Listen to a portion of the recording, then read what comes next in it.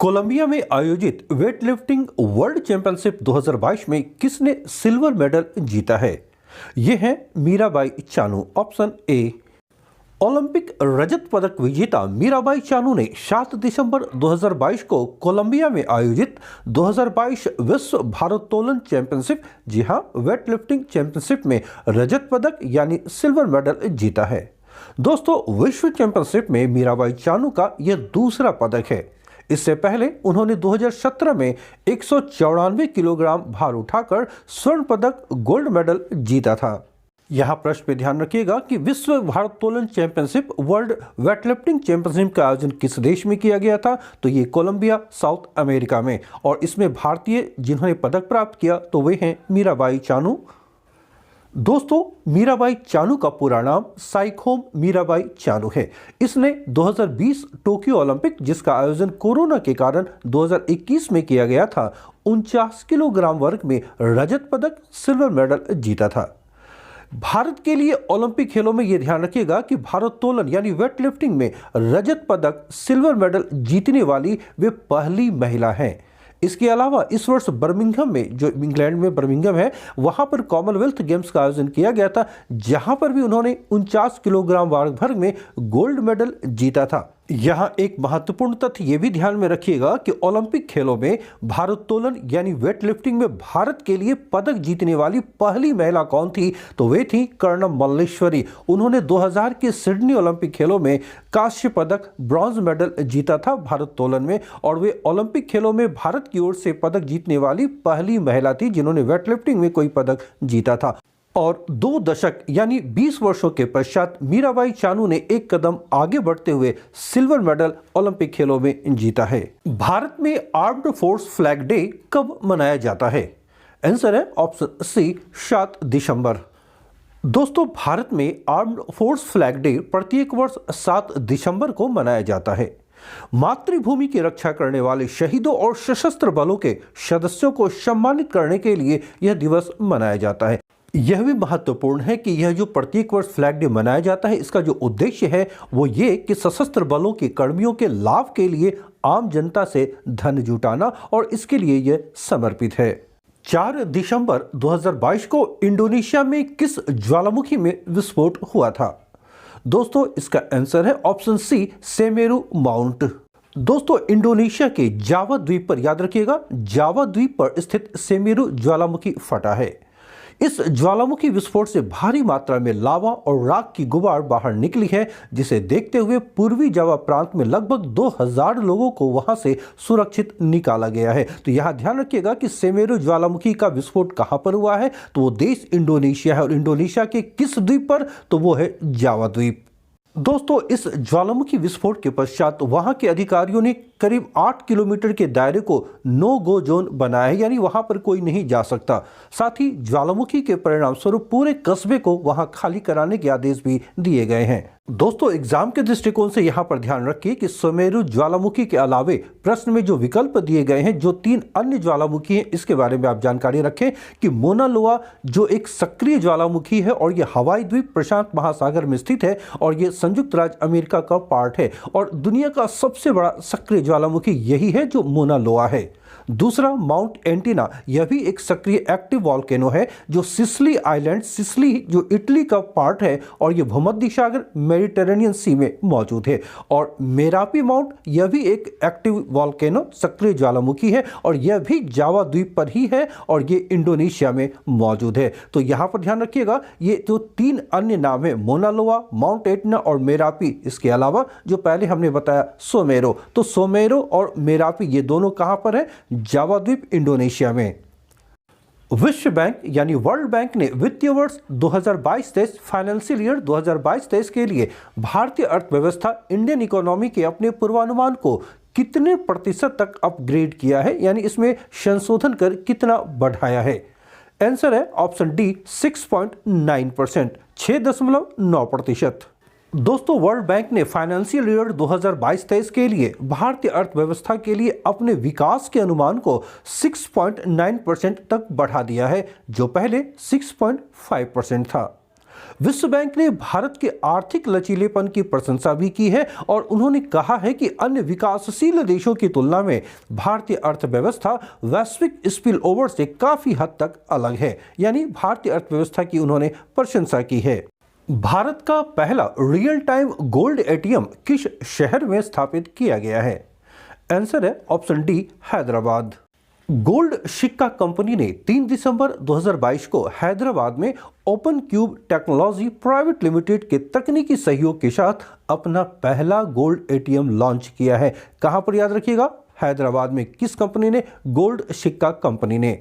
ये एटीएम भारत और दुनिया का पहला रियल टाइम गोल्ड एटीएम है। लोग अपना डेबिट अथवा क्रेडिट कार्ड गोल्ड सिक्का में डाल सकते हैं और सोने के कॉइन खरीद सकते हैं। इससे ये सुविधा अब मिल गई है। हाल ही में हॉलीवुड क्रिटिक्स एसोसिएशन में किस भारतीय फिल्म ने स्पॉटलाइट अवार्ड जीता है? दोस्तों ये फिल्म है ऑप्शन ए, RRR। दोस्तों ये फिल्म RRR निर्देशक SS राजामौली की फिल्म है। ध्यान रहे कि निर्देशक SS राजामौली ने न्यूयॉर्क फिल्म क्रिटिक्स सर्कल में सर्वश्रेष्ठ निर्देशक का पुरस्कार जीतने के बाद RRR ने हॉलीवुड क्रिटिक्स एसोसिएशन में भी स्पॉटलाइट अवार्ड जीता है। यानी हाल के दिनों में 2 पुरस्कार इस फिल्म और इसके निर्देशक ने जीता है। एंजेला बैसेट और रियान जॉनसन के साथ RRR के कास्ट एंड क्रू को लॉस एंजलिस में 6वें HCA फिल्म अवार्ड्स में यह पुरस्कार प्रदान किया जाएगा। ध्यान रखेंगे तो इसका आयोजन कहां किया जाएगा? लॉस एंजलिस, कैलिफोर्निया, USA में। कब? 2023 में। टाइम पत्रिका के पर्सन ऑफ द ईयर 2022 के रूप में किसे चुना गया है? यह है ऑप्शन सी, व्लादिमीर ज़ेलेंस्की, जो यूक्रेन के राष्ट्रपति हैं। दोस्तों टाइम मैगजीन ने यूक्रेन के राष्ट्रपति व्लादिमीर ज़ेलेंस्की और स्पिरिट ऑफ यूक्रेन को अपना 2022 पर्सन ऑफ द ईयर नामित किया है। ध्यान रहे कि टाइम मैगजीन द्वारा यह सम्मान उस घटना या व्यक्ति को दिया जाता है जिसका पिछले 12 महीनों यानी 1 साल के अंदर वैश्विक घटनाओं पर सबसे अधिक गहरा प्रभाव रहा हो। दोस्तों यहां पर जान लें कि टाइम मैगजीन अमेरिकी साप्ताहिक समाचार पत्रिका है। यानी इसका जो प्रकाशन है वो सप्ताह में 1 बार होता है। ये न्यूयॉर्क शहर से प्रकाशित होता है और इसकी जो स्थापना हुई है वो हुई है 1923 ईस्वी में। यानी 1923 से ही ये टाइम मैगजीन साप्ताहिक रूप में छपती आ रही है। साप्ताहिक समाचार पत्रिकाओं की श्रेणी में जितनी भी पत्रिकाएं हैं उनमें टाइम का संकलन या संचलन विश्व में सबसे अधिक है। दोस्तों टाइम पत्रिका की जो प्रसिद्धि है, इसकी जो लोकप्रियता है, इसके कारण विश्व भर में इसके कई संस्करण प्रकाशित होते हैं। ध्यान रहे कि यूरोपीय संस्करण जो टाइम यूरोप के नाम से छपती है, इसका प्रकाशन लंदन से होता है और इस मैगजीन में मध्य पूर्व, अफ्रीका और लैटिन अमेरिका की खबरों को तरजीह दी जाती है। यहाँ इन क्षेत्रों में जो घटनाएं घटती हैं उसका संकलन इसी यूरोपियन मैगजीन जो टाइम यूरोप है इसमें छपती है। इसके अलावा एशियाई देशों के लिए एशियाई संस्करण है जिसका प्रकाशन हांगकांग से होता है और फिर दक्षिणी प्रशांत संस्करण जो सिडनी ऑस्ट्रेलिया से छपती है। इसके अंतर्गत ऑस्ट्रेलिया महादेश और प्रशांत महासागरीय देशों की जो घटनाएं होती हैं उसका संकलन इसमें प्रकाशित की जाती है। भारतीय रिजर्व बैंक ने 7 दिसंबर 2022 को रेपो रेट में कितने बेसिस पॉइंट यानी आधार अंक की बढ़ोतरी की है? दोस्तों इसका आंसर है ऑप्शन डी, 35 पॉइंट। भारतीय रिजर्व बैंक ने लगातार 5वीं बार हाल ही में रेपो दर को, जी हां, रेपो रेट को 35 बेसिस पॉइंट यानी आधार अंक बढ़ाकर अब 6.25% कर दिया है। ध्यान रहे कि रेपो रेट अब कितनी हो गई है? 6.25%। तो सबसे पहले आइए जान लेते हैं कि रेपो दर या रेपो रेट है क्या। दोस्तों रेपो दर या रेपो रेट उस ब्याज दर को कहा जाता है जिस दर पर भारतीय रिजर्व बैंक वाणिज्यिक बैंकों को पैसा उधार देती है। ध्यान रहे जब रिजर्व बैंक अन्य बैंकों को पैसा उधार देती है तो उस पर जो ब्याज लगता है उसे ही रेपो दर या रेपो रेट कहते हैं। ऐसा कब किया जाता है, अर्थात आरबीआई अन्य बैंकों से रेपो रेट पर कब ब्याज की वसूली करती है? दोस्तों जब बैंकों को धन की कमी का सामना करना पड़ता है या अस्थिर बाजार स्थितियों में तरलता बनाए रखने की यानी लिक्विडिटी को बनाए रखने की आवश्यकता होती है तब वाणिज्यिक बैंक आरबीआई से कर्ज लेती है। आरबीआई रेपो रेट का इस्तेमाल महंगाई दर को नियंत्रित करने के लिए भी करता है, ये भी ध्यान रहे। दोस्तों एग्जाम के दृष्टिकोण से इन 3 तथ्यों को हमेशा ध्यान रखें। जो 10 दिसंबर 2022 की अवस्थिति है, इसके अनुसार वर्तमान में repo rate, reverse repo rate और बैंक दर क्या है। तो इस समय रेपो दर या रेपो रेट है 6.25%, रिवर्स रेपो रेट है 3.35% और बैंक दर बैंक रेट है 6.5%। ये 3 प्रमुख तथ्य हैं, इसे आप ध्यान रखेंगे बैंकिंग सेक्टर से। डीना बोलुआर्टे किस लैटिन अमेरिकी देश की प्रथम महिला राष्ट्रपति के रूप में शपथ ली है। दोस्तों आंसर है option D, Peru. Dina Boluarte Latin अमेरिकी देश पेरू की पहली महिला प्रेसिडेंट बन गई है। दोस्तों उन्होंने हाल ही में नए प्रेसिडेंट के रूप में शपथ ली है। जैसा कि मालूम है कि पेरू प्रशांत महासागर के तट पर बसा हुआ लैटिन अमेरिकी देश है जो दक्षिण अमेरिका में स्थित है। पूर्व राष्ट्रपति पेड्रो कैस्टिलो को महाभियोग प्रस्ताव के बाद पद से हटा दिया गया है। अब उनकी जगह ही डीना लेंगी। दोस्तों डीना बोलुआर्टे जुलाई 2021 में पेरू की पहली उपराष्ट्रपति भी बनी थी। तो ये 2 महत्वपूर्ण तथ्य, इसे ध्यान में रखें। दोस्तों अगर आप यूपीएससी, बीपीएससी, यूपीपीएससी अथवा किसी अन्य राज्य लोक सेवा आयोग की परीक्षाओं की तैयारी कर रहे हैं तो करंट अफेयर्स से संबंधित यह चैनल आपके लिए बेहद उपयोगी है। यहाँ सिर्फ महत्वपूर्ण घटनाओं का ही संकलन किया जाता है।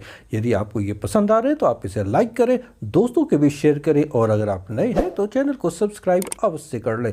साथ ही साथ बेल आइकन को भी प्रेस करें ताकि हमारे सारे वीडियोज़ के नोटिफिकेशन आपको सबसे पहले मिल सके। मिलता हूँ नेक्स्ट सेशन में शीघ्र ही। Till then bye.